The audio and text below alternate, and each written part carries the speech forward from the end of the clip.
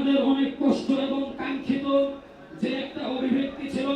হযরত আমাদের মাঝে আসবেন, হযরতের মুখ থেকে আমরা কিছু কুরআন হাদিসের অমীয় বাণী শুনব।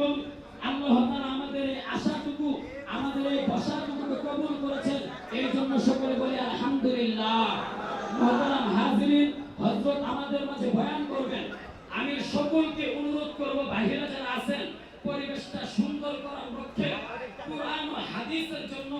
আলেমদের ইজ্জতকে রক্ষা করার জন্য সকলে আমরা উস্তাদের সামনে বসে পড়ে আমরা ঠিক ওইভাবে বসে পড়ব ইনশাআল্লাহ। এখন আমাদের মাঝে সংক্ষিপ্ত কিছু কথা পেশ করবেন জি আলহামদুলিল্লাহ।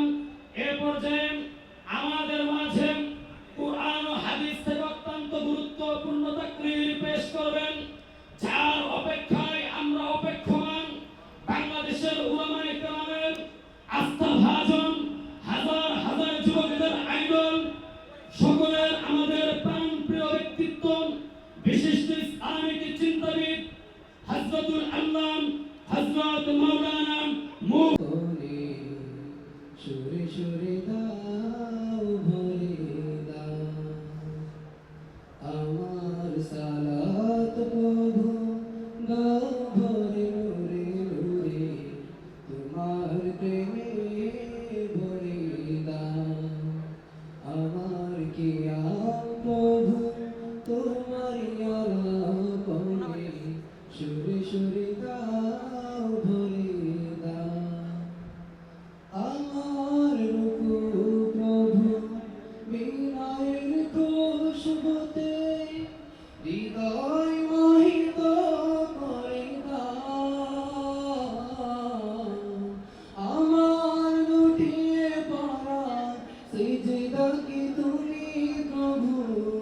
পরম আদরে ডেকে নাও আমার সালাত প্রভু, আমার সালাত প্রভু, তোমার মহব্বতে রাঙিয়ে দাও আমার সালাত প্রভু, দাও ভরে নূরে নূরে তোমার প্রেমে ভরে দাও তোমার প্রেমে ভরে দাও যখন হৃদয় জুড়ে বেদনা কেঁদে মরে চারিদিকে শুন